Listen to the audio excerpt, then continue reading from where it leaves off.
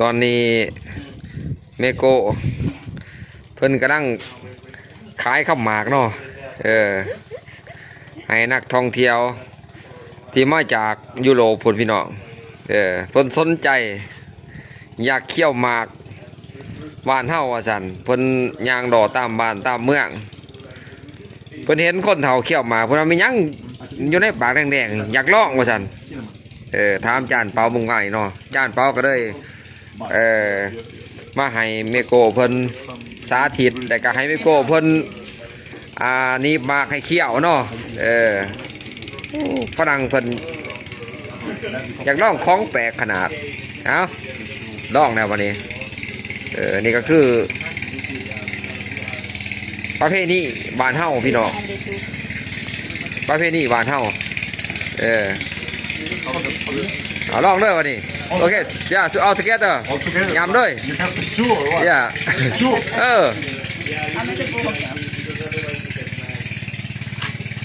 First to chew. yeah จิวฝรั่งเขียวหมากเนาะHow is it? Weird. Can I try out some fish? yeah Can I try out some? yeah Tastes like fish. ผู้ใดก็จะมาลองอีกเนาะ Not a fishy flavor. โอเค enjoy yes It's a mix. Okay. and you chill ยำนี่ก็คือเมโกเพิ่นเนาะเพิ่นพาฝรั่งเขี่ยวหมากแบบประเภทนี้ลาวเฮาข้าวตะกี้แต่ก่อนคนเฒ่าคนแก่เพิ่นเขี่ยวหมากพาเขี่ยวหมากเนาะฉะนั้นมาเที่ยวลาวบ่พลาดพี่น้องให้มาเขี่ยวหมากเนาะhow you feel what is effects how is taste Weird. Bitter. Fishy flavor. and you chill And it's bitter.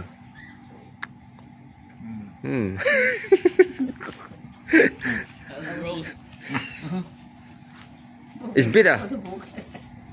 Bitter, yeah. เนี่ยจัดเปล่าว่าเป็นใจรสชาติเป็นจังได๋เนาะซิมขมเพิ่นว่าเนาะ Can't call it taste. เนี่ยเพิ่นซื้อจังได๋พี่น้องเพิ่นมาจากประเทศหยังจานเปาสิถามเพิ่นเนาะ Where you from my friend Slovenia. Slovenia What's your name Alex. Hey what's your name Alex. Alex คือกัน Where you from Romania. Romania oh Slovenia, Romania. Romania okay Different. How you feel you visit Laos Beautiful country. Beautiful. ประเทศลาวสุดยอดหลายเนาะเพิ่นมาเที่ยวลาวyour first time in Laos First time. oh But not last. not last เนี่ยครั้งทมิตรแต่ว่าสิมาอีกเนาะcan you speak a little bit and so how is good Not tasty. not tasty บ่แซ่บเพิ่นว่าเนาะเจียวมาก can you show your mouth พี่น้องเจียวมากโอ้ So why people are doing that? ฮะ What's the benefit of it? just enjoy chewing and a little bit effects But flavor?